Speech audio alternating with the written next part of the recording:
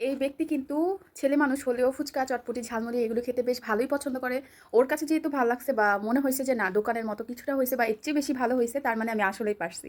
তো তোমরাও চাইলে কিন্তু এভাবে ট্রাই করতে পারো। বাই। আমাদের বাসায় আমি, সত্যিকার বাবা আমরা ঝালমুড়ি, ফুচকা, চটপটি এই টাইপের খাবার খেতে অনেক পছন্দ করি। তাই আমি সব সময় বাসায় চেষ্টা করি কিভাবে পারফেক্টভাবে এই জিনিসগুলো বানানো যায়। এমন কোনো মসলা বাদ যায় নাই যেটা দিয়ে আমি ট্রাই করি নাই মশলাটা পারফেক্ট বানানোর জন্য।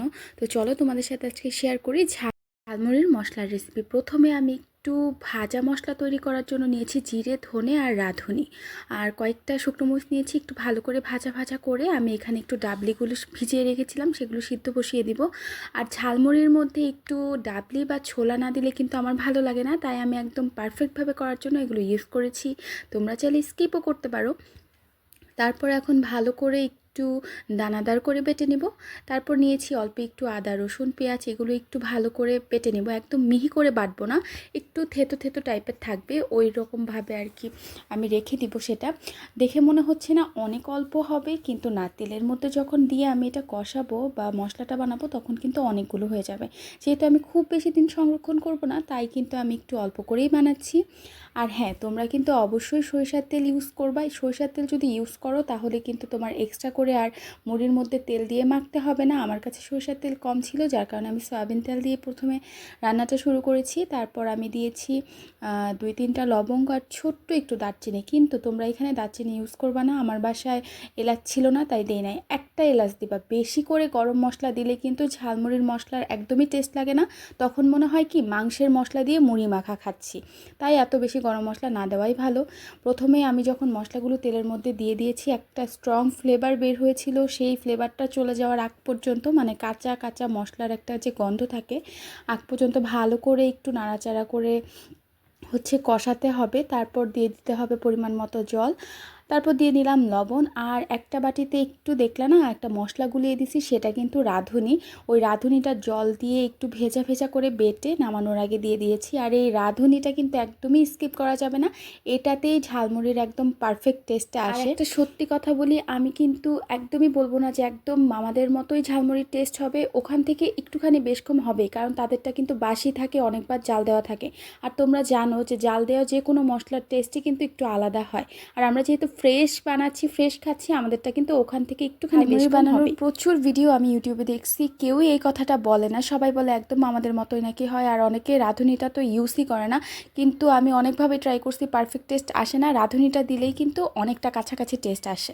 এটা যদি তোমরা সংরক্ষণ করতে চাও তাহলে কিন্তু অবশ্যই একটু তেল বেশি দিতে হবে। তেল বেশি দিলে এটা আর ফ্রিজে রাখতে হবে না, বাইরেই রাখতে পারবা। দেখে বোঝার উপায় আছে এটা যে ঘরে বানানো।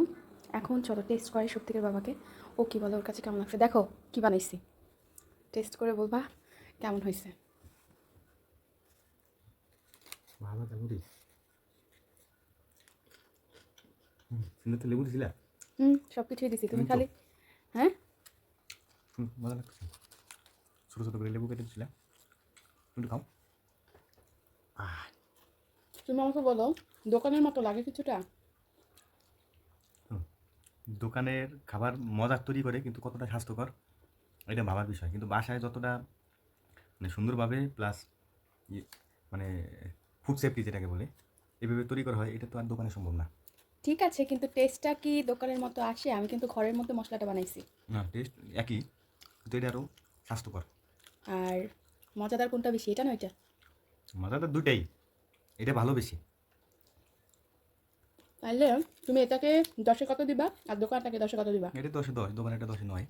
হুম, একটা বিষয় কি বলতো, দোকানেরটার মতোই এটা হয় যদি মানে সেম প্রসেসে মশলাটা বানানো যায়, কিন্তু ওইটা একটু টেস্ট বা গন্ধ অন্যরকম কেন লাগে?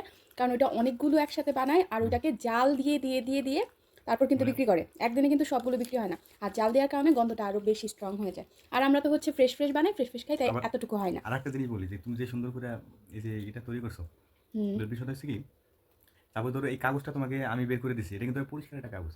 এই খাবারগুলোর সাথে আমরা ওই ঠোঙ্গার সাথে কি খাচ্ছি তাহলে, আর তুলনাই করা যায় না বাসার খাবারের সাথে, তাই না? কিন্তু তারপর আমরা বাইরে খাবার খাই, সে কিন্তু মুখের আমাদের স্বাদের জন্য। এইটাই হ্যাঁ,